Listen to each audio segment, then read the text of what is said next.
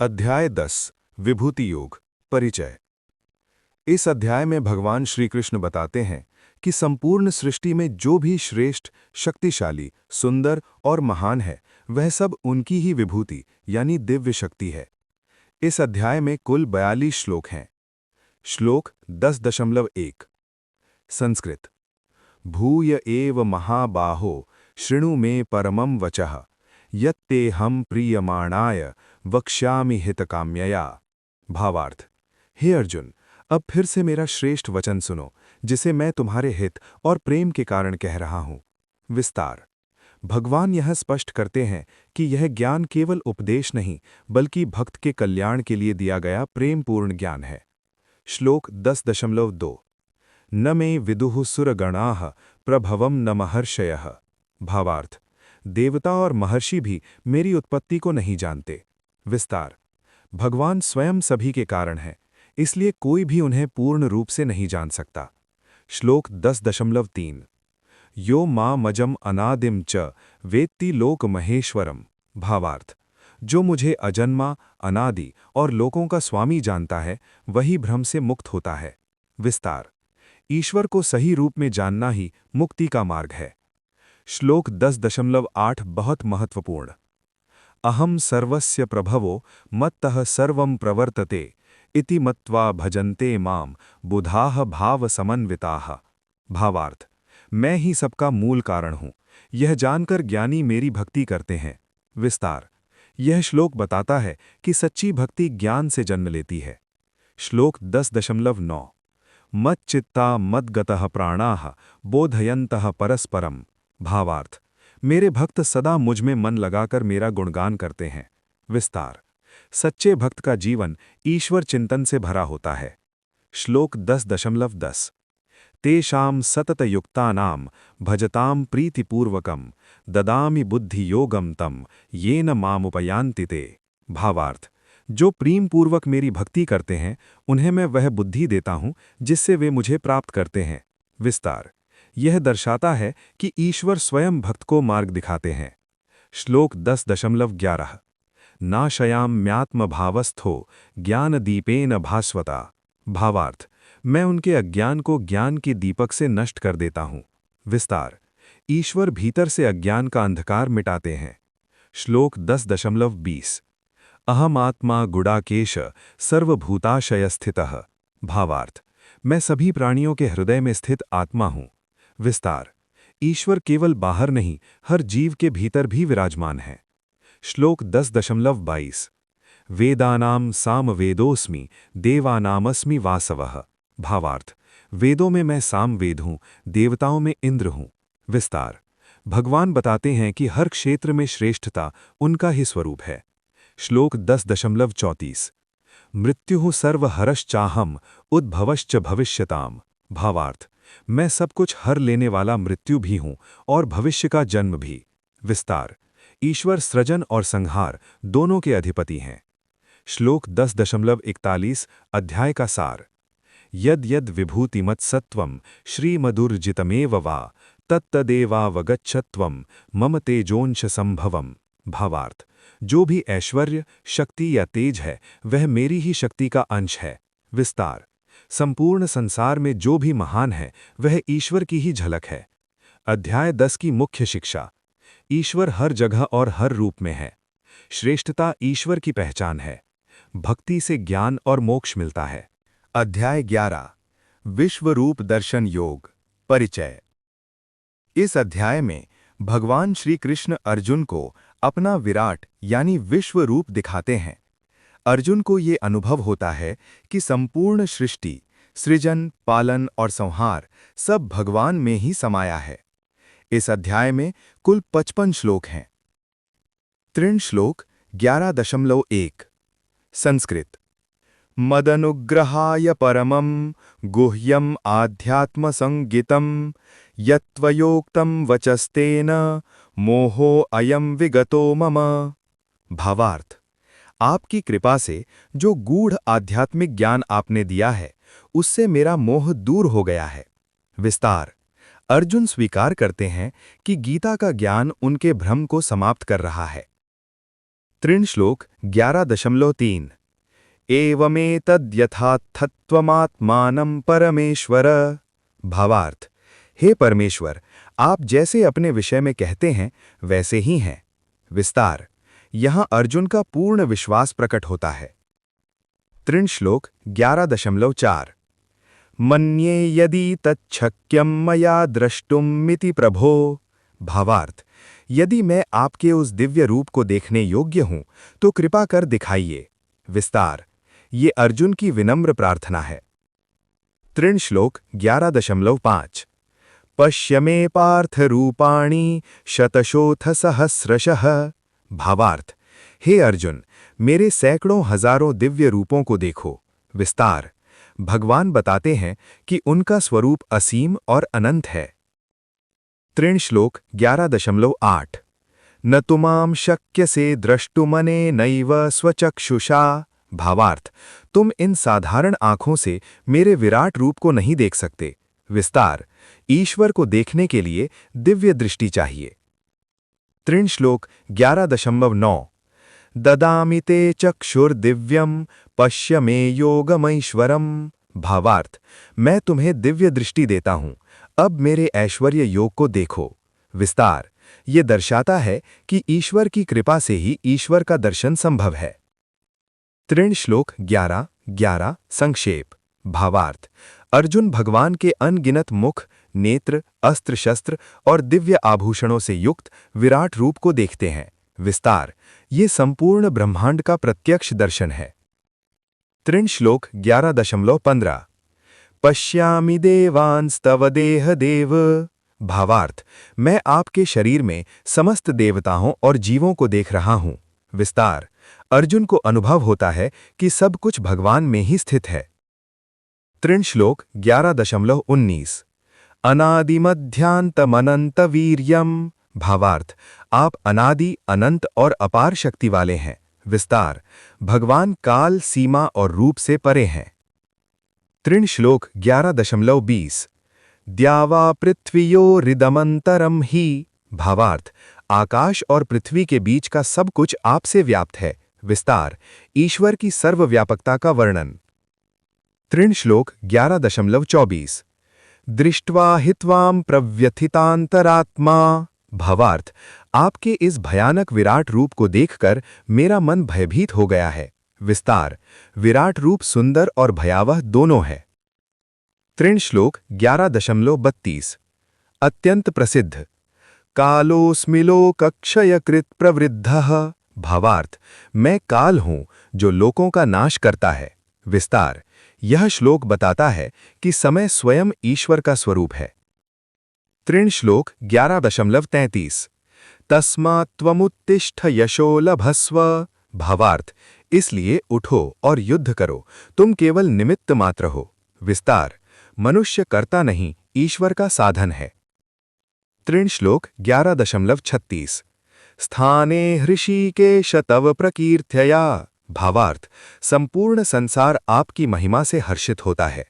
विस्तार, ये भक्ति और स्तुति का भाव है। तृण श्लोक 11.45 अदृष्टपूर्वं हृषितोऽस्मि दृष्ट्वा। भावार्थ, जो पहले कभी नहीं देखा उसे देखकर मैं हर्षित हूं। विस्तार, दिव्य दर्शन आनंद और भय दोनों देते हैं। तृण श्लोक 11.46 किरीटिनं गदिनं चक्रहस्तम। भावार्थ, कृपा कर अपना सौम्य चतुर्भुज रूप दिखाइए। विस्तार, अर्जुन विराट रूप से भयभीत होकर स्नेहपूर्ण रूप चाहते हैं।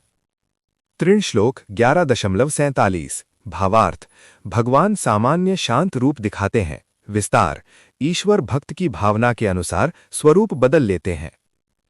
अध्याय 11 की मुख्य शिक्षाएं। ईश्वर ही संपूर्ण ब्रह्मांड है। काल यानी समय ईश्वर का रूप है, मनुष्य केवल निमित्त मात्र है। ईश्वर का सौम्य रूप भक्तों को प्रिय है। अध्याय 12 भक्ति योग परिचय। इस अध्याय में भगवान श्री कृष्ण बताते हैं कि भक्ति सबसे सरल, मधुर और श्रेष्ठ मार्ग है। ये अध्याय विशेष रूप से साधारण मनुष्य के लिए है। इसमें कुल 20 श्लोक हैं। श्लोक 12.1 संस्कृत। अर्जुन उवाच एवं सततयुक्ता ये भक्तास्त्वाम पर्युपासते। भावार्थ, अर्जुन पूछते हैं, जो भक्त साकार रूप में आपकी भक्ति करते हैं और जो निराकार ब्रह्म का ध्यान करते हैं, इनमें श्रेष्ठ कौन है? विस्तार, ये प्रश्न आज भी हर साधक के मन में आता है। श्लोक 12.2 मैया वेश्य मनो ये मान नित्य युक्ता उपासते। भावार्थ, जो भक्त मन को मुझ में लगाकर श्रद्धा से मेरी भक्ति करते हैं, वे श्रेष्ठ हैं। विस्तार, भगवान सगुण भक्ति को सरल और उत्तम बताते हैं। श्लोक 12.34 संक्षेप। भावार्थ, जो इंद्रियों को संयमित कर निराकार ब्रह्म का ध्यान करते हैं, वे भी मुझे प्राप्त करते हैं। विस्तार, निराकार उपासना कठिन है पर संभव है। श्लोक 12.5 क्लेशो अधिकतरः तेषाम अव्यक्तासक्त चेतसाम। भावार्थ, निराकार भक्ति में लगे लोगों के लिए मार्ग कठिन है। विस्तार, सामान्य व्यक्ति के लिए साकार भक्ति अधिक सहज है। श्लोक 12.67 भावार्थ, जो अपने सभी कर्म मुझे अर्पित कर मेरी भक्ति करते हैं, उनका उद्धार मैं स्वयं करता हूं। विस्तार, ईश्वर भक्त की जिम्मेदारी स्वयं लेते हैं। श्लोक 12.8 मय्येव मन आधत्स्व मयि बुद्धिम निवेशय। भावार्थ, मन और बुद्धि मुझ में लगाओ। विस्तार, भक्ति का मूल है लगातार स्मरण। श्लोक 12.9 भावार्थ, यदि मन स्थिर न हो सके तो अभ्यास से भक्ति करो। विस्तार, भगवान व्यावहारिक मार्ग बताते हैं। श्लोक 12.10 भावार्थ, यदि अभ्यास न हो पाए तो मेरे लिए कर्म करो। विस्तार, सेवा भी भक्ति का ही रूप है। श्लोक 12.11 सर्वकर्म फल त्यागम ततः कुरु यतात्मवान। भावार्थ, कर्म फल त्याग कर दो। विस्तार, ये निष्काम कर्मयोग है। श्लोक 12.13-14 भक्त के गुण। अद्वेष्टा सर्वभूतानां मैत्रः करुणा एवच।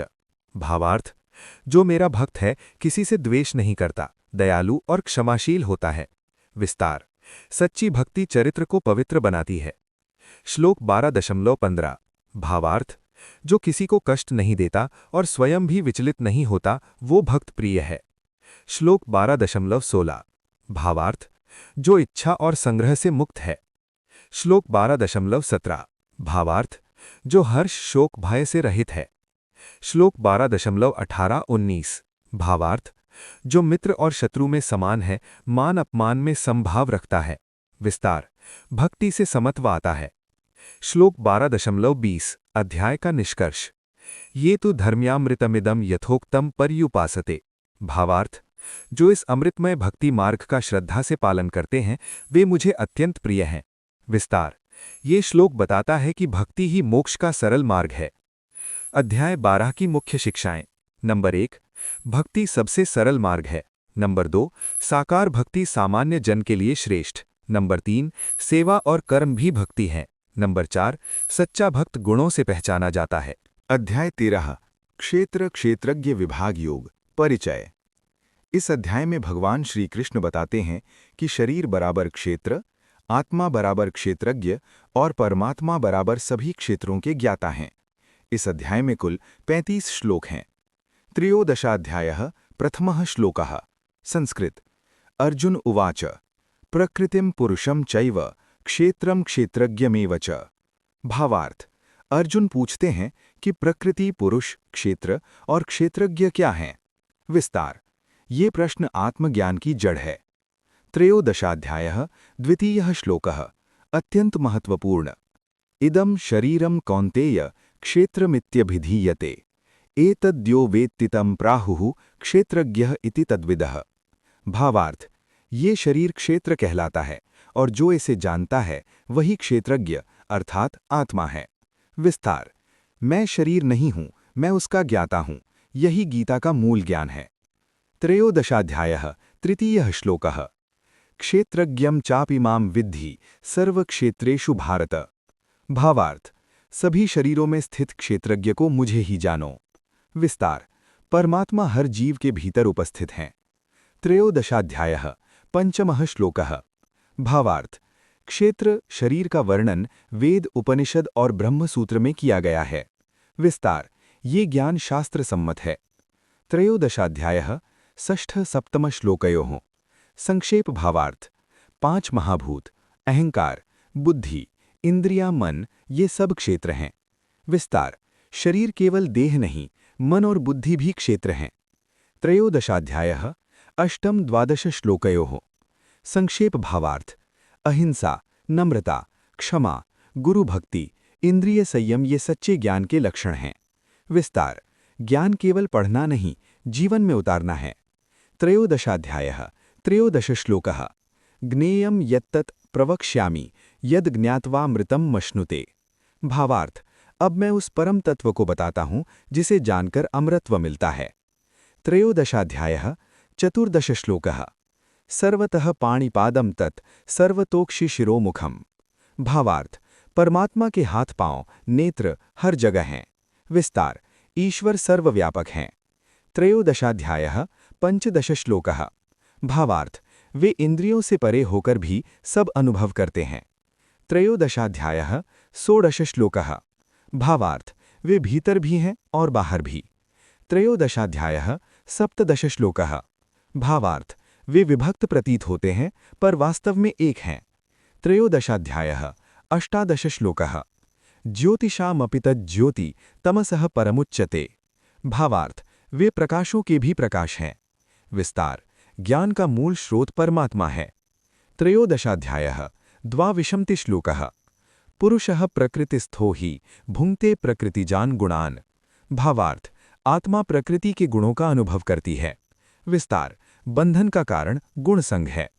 त्रयोदशाध्यायः त्रयोविंशति श्लोकः। उपद्रष्टा मनुमंता च भर्ता भोक्ता महेश्वरः। भावार्थ, परमात्मा साक्षी, अनुमोदक और पालन करता है। त्रयोदशाध्यायः चतुर्विंशतिः श्लोकः। भावार्थ, जो आत्मा और परमात्मा का भेद जान लेता है वह मुक्त होता है।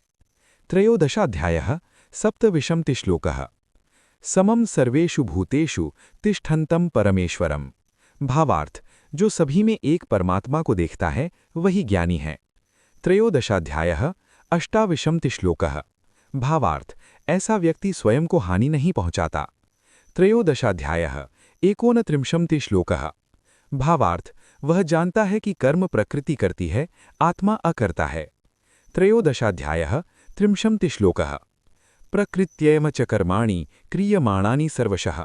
भावार्थ, सभी कर्म प्रकृति द्वारा होते हैं। त्रयोदशाध्यायः एकत्रिंशति श्लोकः।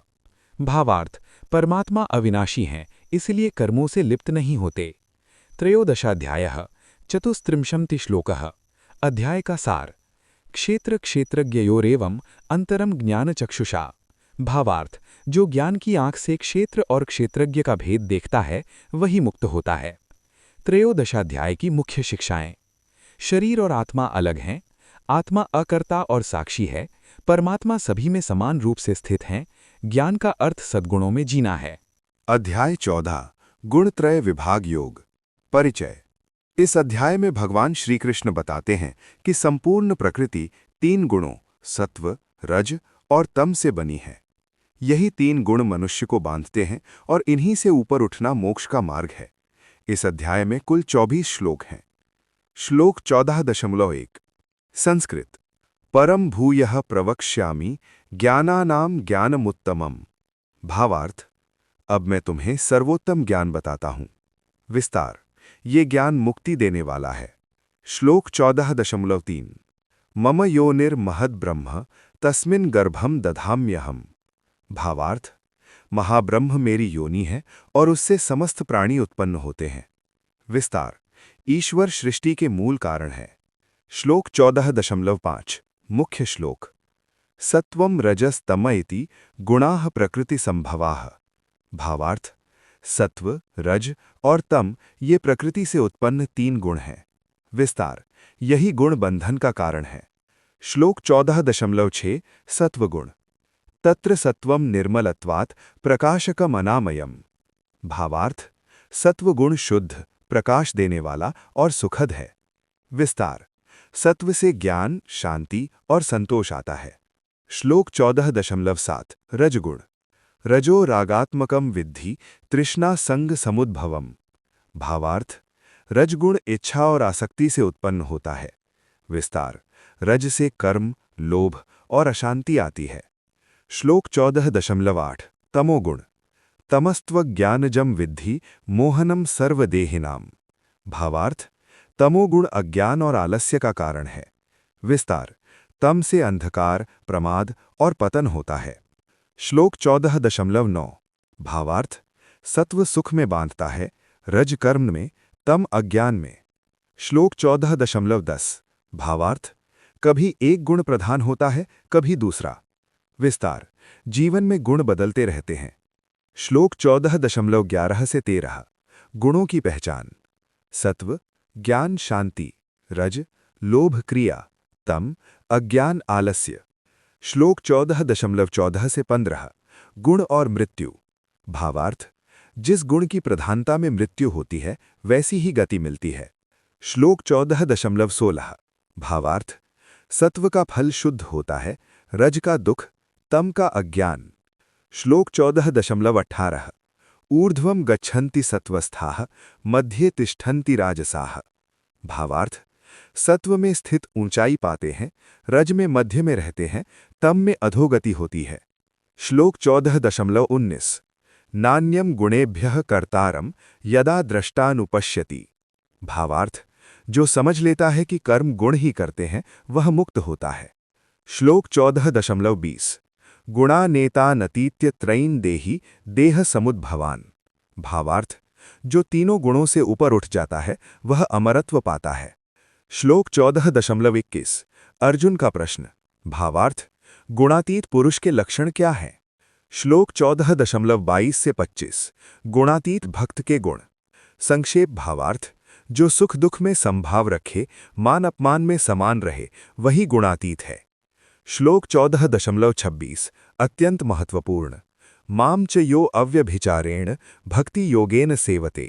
भावार्थ जो अविचल भक्ति से मेरी सेवा करता है वह गुणों से ऊपर उठ जाता है। विस्तार भक्ति बराबर गुणातीत अवस्था का सरल मार्ग। श्लोक 14.27 अध्याय का निष्कर्ष ब्रह्मणो ही प्रतिष्ठाहम अमृतस्या व्ययस्य च। भावार्थ मैं ही अमर ब्रह्म का आधार हूँ। अध्याय 14 की मुख्य शिक्षाएं। 3 गुण ही बंधन का कारण है। कर्म गुण करते हैं, आत्मा अकर्ता है। भक्ति से गुणातीत अवस्था मिलती है।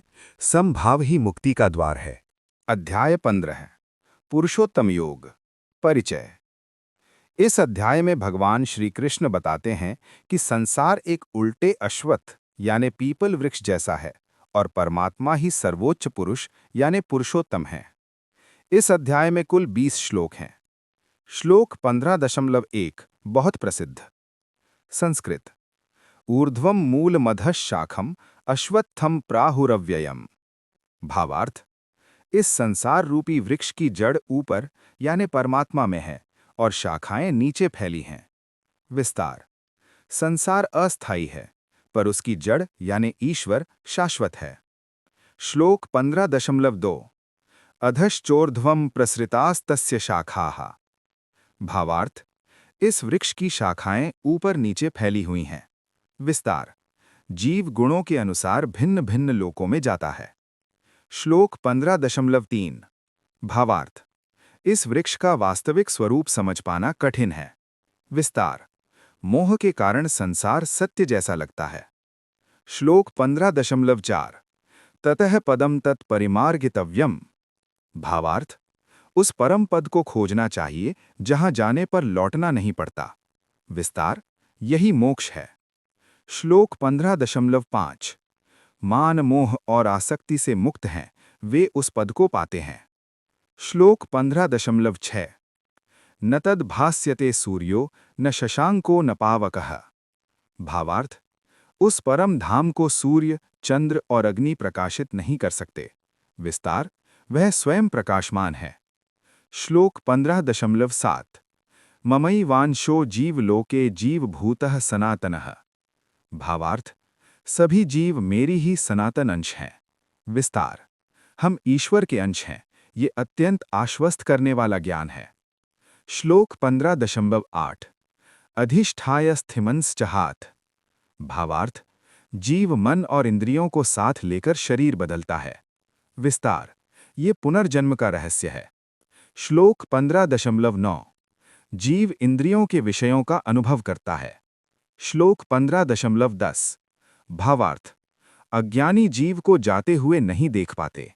विस्तार ज्ञान से ही सत्य दृष्टि मिलती है।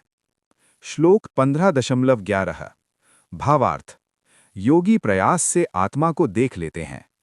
श्लोक 15.12 यदादित्य गतम तेजो जगद भास्यते खिलम। भावार्थ सूर्य, चंद्र और अग्नि का तेज मुझसे ही है। विस्तार सभी शक्तियों का मूल स्रोत ईश्वर हैं। श्लोक 15.13 मैं पृथ्वी को धारण करता हूं और अन्न बनाता हूं। श्लोक 15.14 अत्यंत महत्वपूर्ण अहम वैश्वानरो भूत्वा प्राणिनाम देहमाश्रितः। भावार्थ मैं ही पाचन अग्नि बनकर प्राणियों के शरीर में भोजन पचाता हूं। विस्तार ईश्वर हमारे भीतर भी कार्य कर रहे हैं। श्लोक 15.15 बहुत महत्वपूर्ण सर्वस्य चाहम हृदि सन्निविष्टो। भावार्थ मैं सभी के हृदय में स्थित हूं। स्मृति, ज्ञान और विस्मृति मुझसे ही हैं। विस्तार ईश्वर अंतर्यामी हैं। श्लोक 15.16 भावार्थ दो पुरुष हैं, क्षर यानी नश्वर और अक्षर यानी अविनाशी। श्लोक 15.17 उत्तमः पुरुषस्त्वन्यः परमात्मेत्युदाहरितः। भावार्थ इन दोनों से ऊपर परमात्मा है, वही पुरुषोत्तम है। विस्तार यही इस अध्याय का केंद्रीय श्लोक है। श्लोक 15.18 मैं क्षर और अक्षर दोनों से श्रेष्ठ हूं। श्लोक 15.19 यो मामेवमसम्मूढ़ो जानाति पुरुषोत्तमम्। भावार्थ जो मुझे पुरुषोत्तम जान लेता है वही सर्वज्ञ हो जाता है। श्लोक 15.20 अध्याय का निष्कर्ष इति गुह्यतमं शास्त्रमिदमुक्तं मया नघा। भावार्थ ये अत्यंत गोपनीय शास्त्र मैंने तुम्हें कहा है। अध्याय 15 की मुख्य शिक्षाएं संसार अस्थायी है, जीव ईश्वर का अंश है, परमात्मा ही पुरुषोत्तम है, ईश्वर बाहर भी है भीतर भी। अध्याय 16 दैवासुर संपद विभाग योग परिचय। इस अध्याय में भगवान श्री कृष्ण दैवी यानी सकारात्मक और आसुरी यानी नकारात्मक गुणों का स्पष्ट भेद बताते हैं। दैवी गुण मुक्ति की ओर ले जाते हैं और आसुरी गुण बंधन व पतन की ओर। इस अध्याय में कुल 24 श्लोक हैं। त्रिशूल श्लोक 16.1 से 3 दैवी संपदा बहुत महत्वपूर्ण।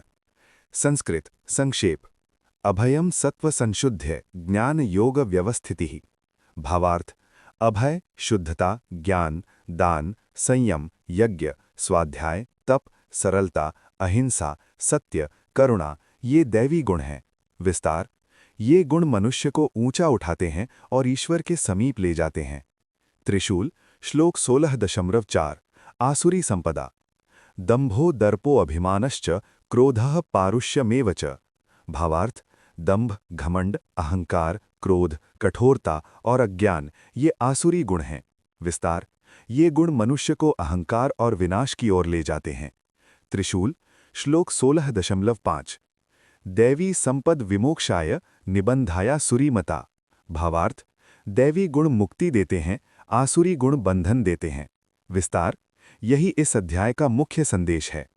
त्रिशूल श्लोक 16.7 भावार्थ आसुरी लोग न जानते हैं क्या करना चाहिए न क्या नहीं। विस्तार उनके जीवन में नियम और मर्यादा का अभाव होता है।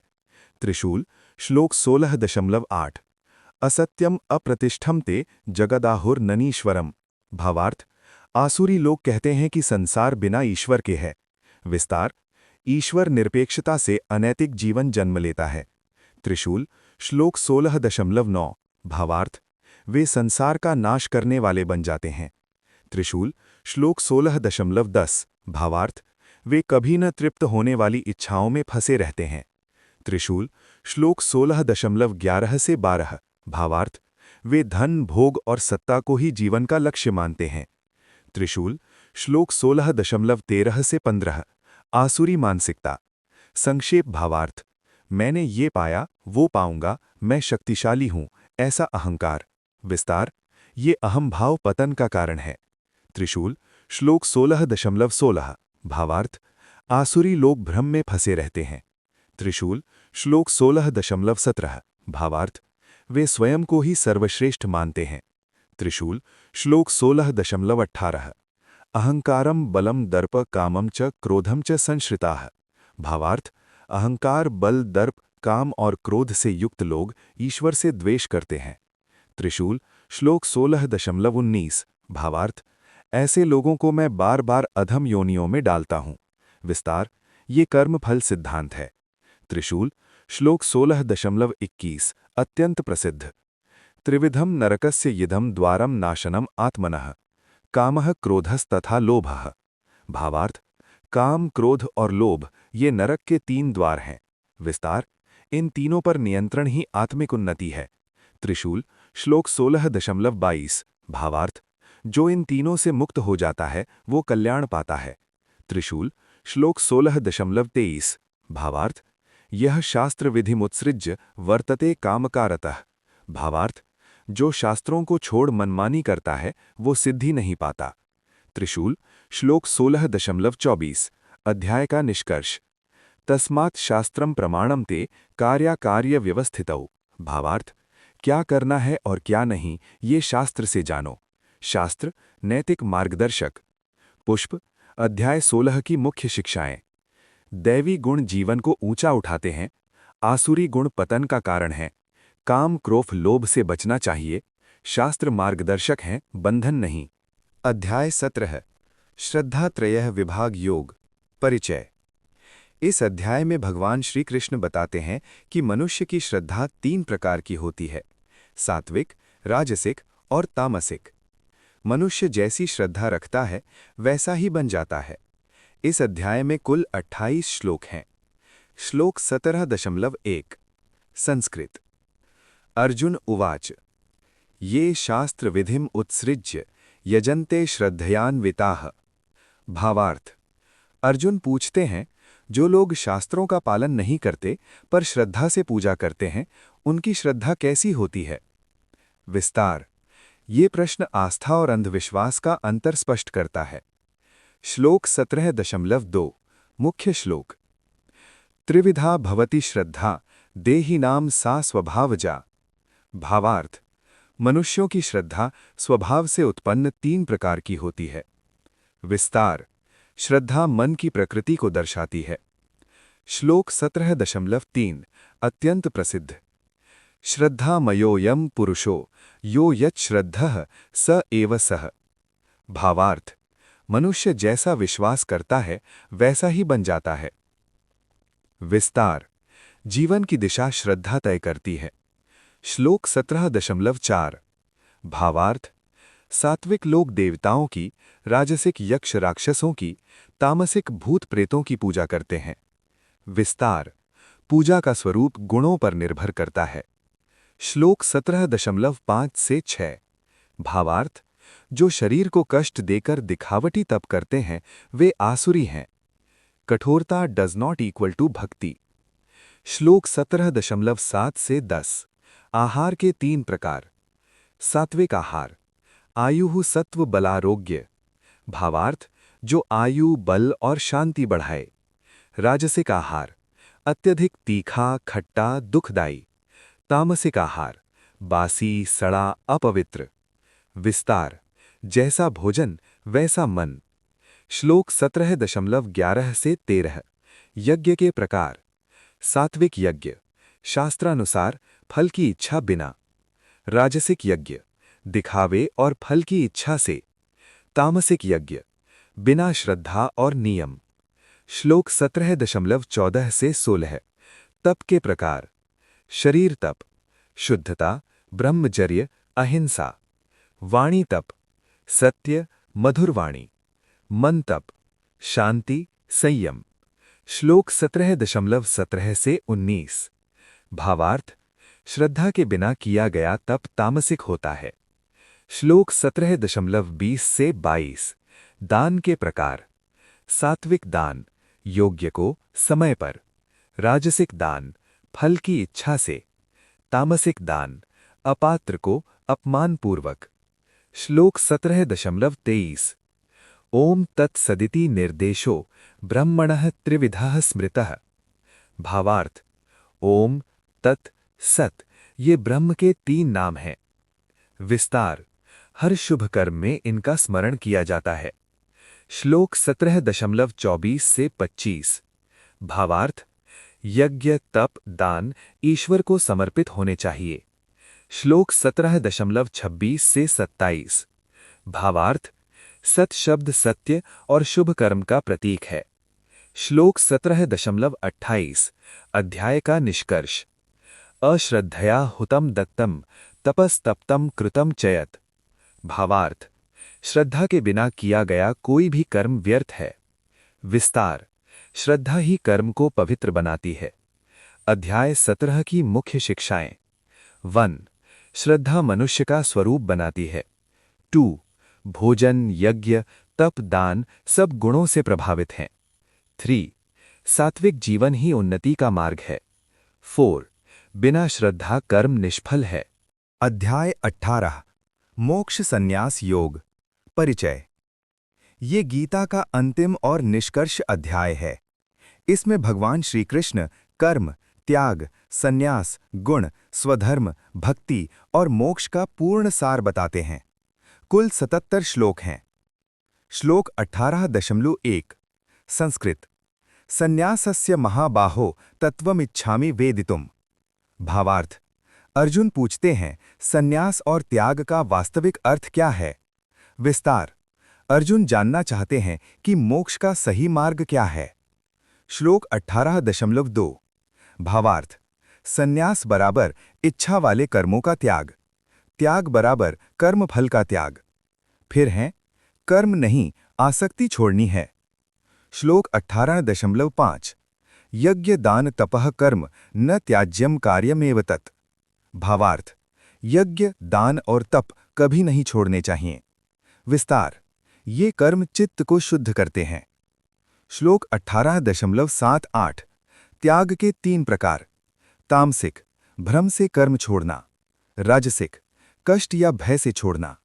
सात्विक, कर्तव्य समझकर फल त्याग।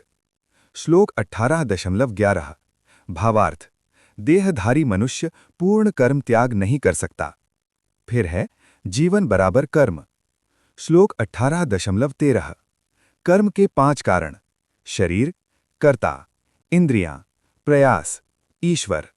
विस्तार, इसलिए अहंकार व्यर्थ है। श्लोक 18.17 भावार्थ, जो अहंकार से मुक्त है वो कर्म से बंधता नहीं। श्लोक 18.18 से 22 ज्ञान के प्रकार। सात्विक, सब में एक आत्मा देखता है। राजसिक, भेद देखता है। तामसिक, अज्ञान में डूबा। श्लोक 18.23 से 25 कर्म के प्रकार। सात्विक, कर्तव्य भाव से। राजसिक, फल की इच्छा से। तामसिक, मोह और अज्ञान से। श्लोक 18.26 से 28 कर्ता के प्रकार।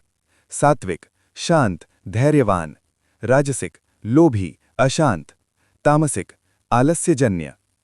श्लोक 18.36 से 39 सुख के प्रकार। सात्विक, अंत में अमृत समान।